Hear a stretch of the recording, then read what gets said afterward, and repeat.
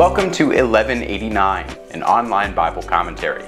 My name is Tyler Marston, and today we're taking a look at Deuteronomy chapter 19. Moses has been speaking to the Israelites right on the border of Canaan, repeating a lot of the laws that have already been found in the Torah.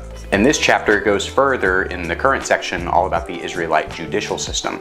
We find a reflection on the commandments of the cities of refuge, court proceedings, and perjury. It allows us to get a glimpse of God's view of justice, and in light of Jesus' teachings on this same passage, how that should change our lives.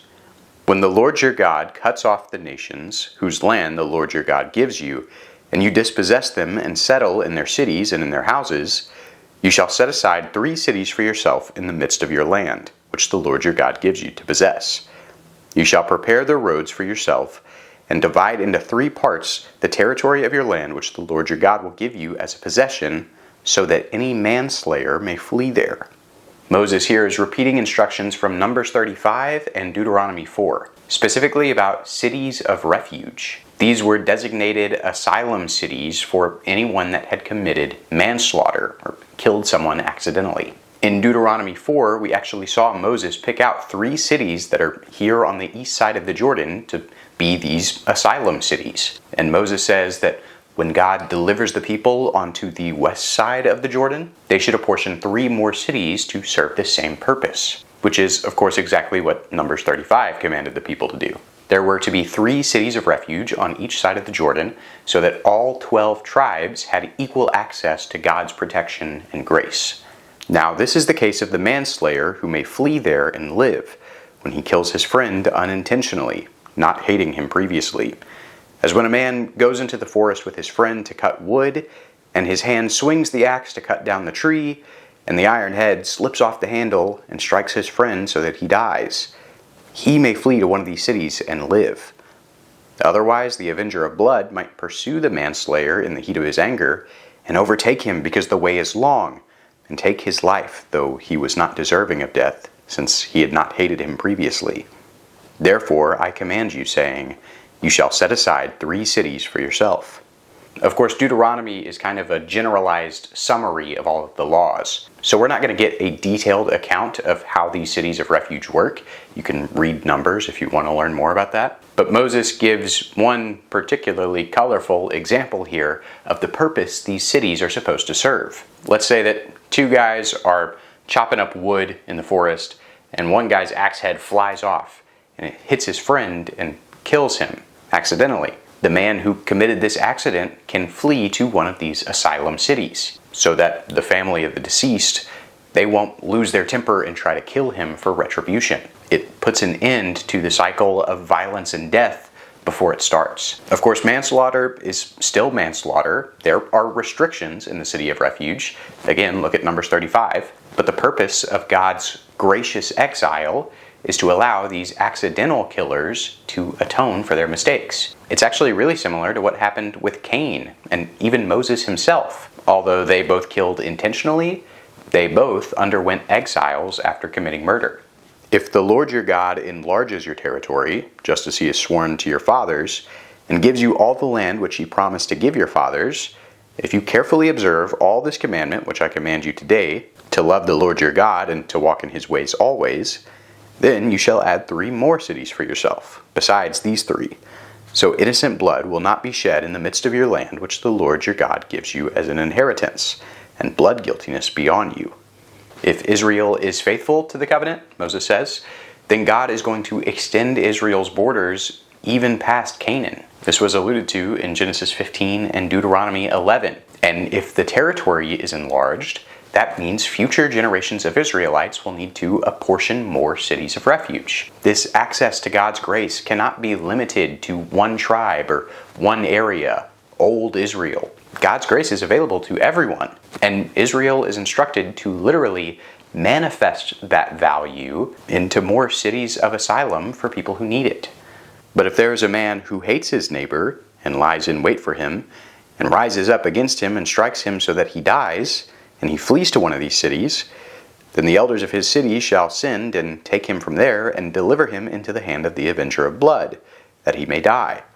You shall not pity him, but you shall purge the blood of the innocent from Israel, that it may go well with you.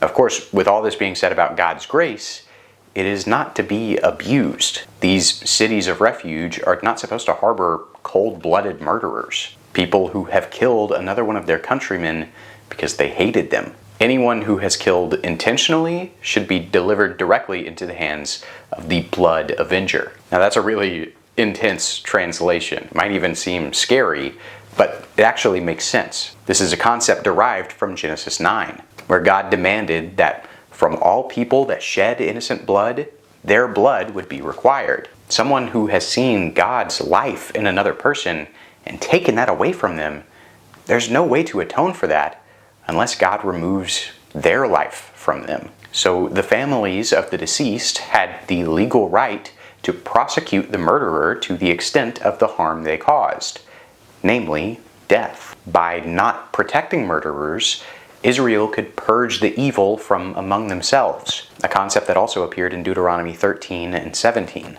And in theory, prosecuting murderers like this will limit how many murders actually occur inside Israel. And of course, when Jesus comes on the scene in Matthew 5, he will further connect these concepts between murdering another individual and hating your brother. He expands that definition and says anyone who has hated their brother is actually guilty of murder, even if that hate was only ever in your heart and mind and never actually materialized.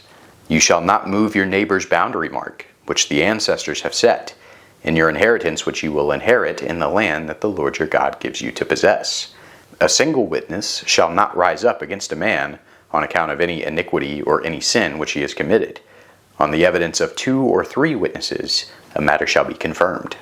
Here we have 2 more laws given back to back. One is about having integrity in maintaining property lines, a concept we're pretty familiar with in our culture. And we have another command that's repeated from Numbers 35 and Deuteronomy 17. No one should be put to death on the testimony of a single witness. Again, that's just begging for people to create false accusations against people they don't like. But 2 or even 3 witnesses testify to the same wrongdoing?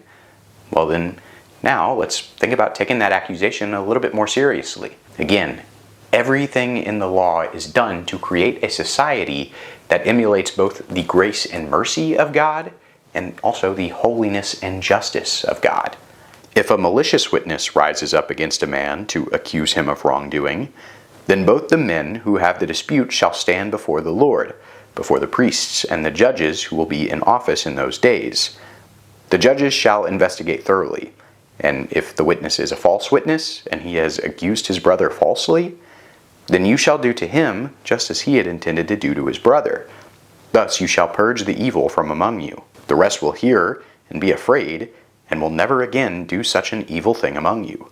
As for false witnesses, who make up accusations in order to get people killed, their claims are first to be carefully investigated by the judges and the priests of the time, and if they have indeed committed perjury, they are sentenced to the same punishment they sought for the accused. It's a severe sentence, but operating with trust, honesty, and integrity is the only way any judicial system works. If people try to take advantage of the courts, then they need to be held accountable in some way.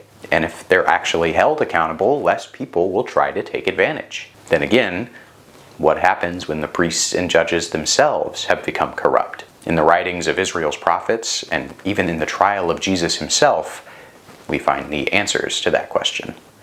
Thus you shall not show pity.